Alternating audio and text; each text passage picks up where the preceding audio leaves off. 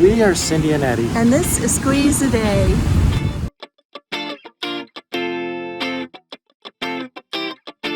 Hi friends, welcome back to another vlog. We're in Mexico City. Today we're going to talk to you a little bit about our first impressions of Mexico City. There are several differences between where we just left in Puerto Morelos and Mexico City. The main one is the massive size of Mexico City. If you didn't know already, Mexico City is the largest metropolitan area in North America. And we're already having a great time walking around and checking out as much as we can of this place. One of the first things we notice while we're here is how much greenery there is. Impressive. It's everywhere too. As you can see, we're actually in the middle of the street. On one side is one way, the other side is the other way, and the sidewalk is running down the center of it. And this isn't the only one. They're all over the place. If you've spent any time in a major city, you'll know that having plants is one of the challenges for city developers. You don't usually see many of them around. There are several reasons for that. I'm going to get to that in just a moment. First, one thing to add on to the walking paths, this is a very good city to walk in, not just in the middle of several of the streets, but there's a lot of sidewalks. And as you can see, all along these pathways, there's so much greenery. There's trees, bushes, shrubbery. Some areas are just so super lush. You can't even believe that you're actually in the middle of a major city. one of the first reasons you don't see a whole lot of shrubbery or trees in a major city is because sunlight doesn't usually have an easy time to get down to that level where the plants are at. So for major cities that have tall skyscrapers all over the city, you have to put those plants on top of the building, and that leads to all kinds of different problems. Another reason you won't see large trees or major brush development is because large trees and a lot of brush in a city will cause damage to the sidewalks, the pavement, the sides of the buildings.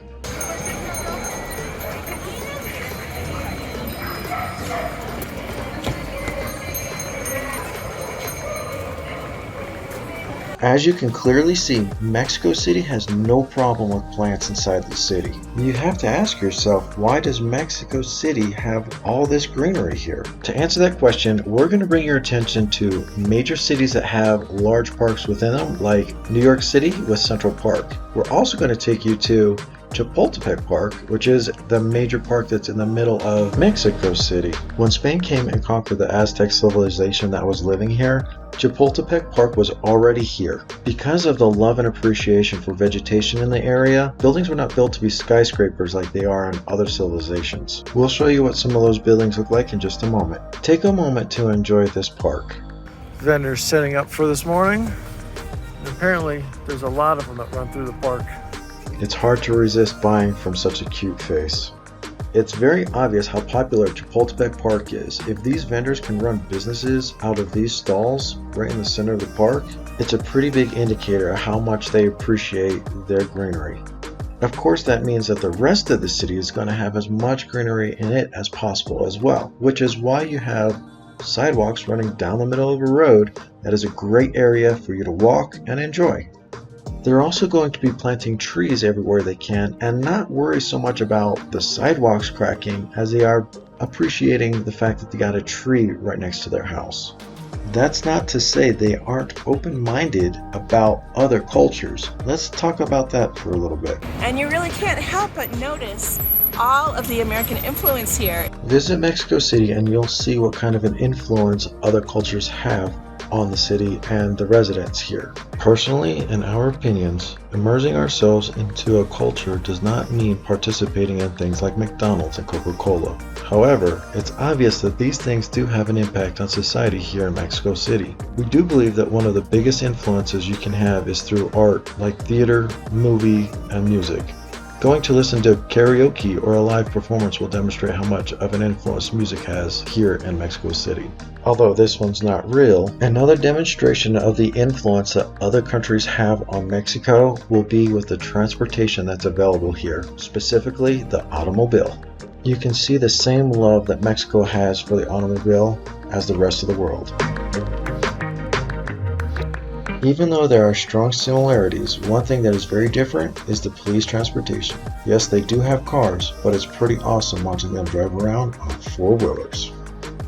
If for some reason you can't drive, there are other methods of transportation to get you around the city, including the bicycle. There are several bike stations located throughout the city where you can go and pay to use the bike for a short period of time and then return it to one of these stations so that you can get to and from someplace quickly.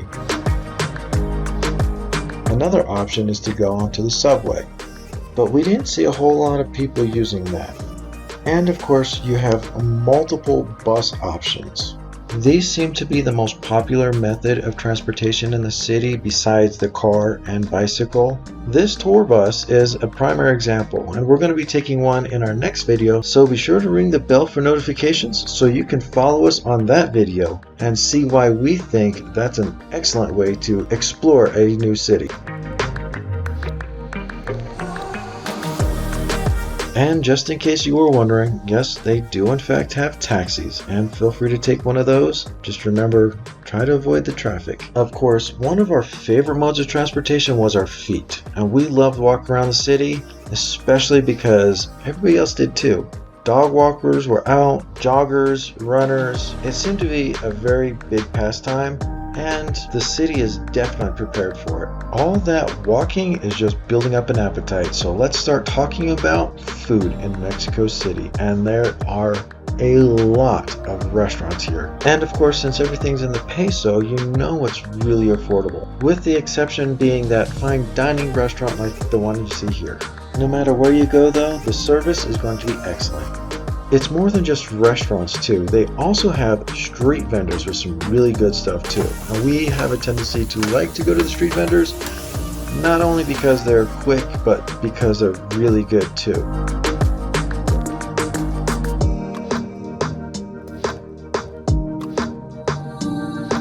Gracias. And while you're enjoying that meal, make sure you take a look at the beautiful buildings that surround you. The architecture by itself is absolutely stunning, but then they decorate the walls with beautiful art and lush gardens, or are just painted with vibrant colors, bringing about a livelihood to the city that's hard to find.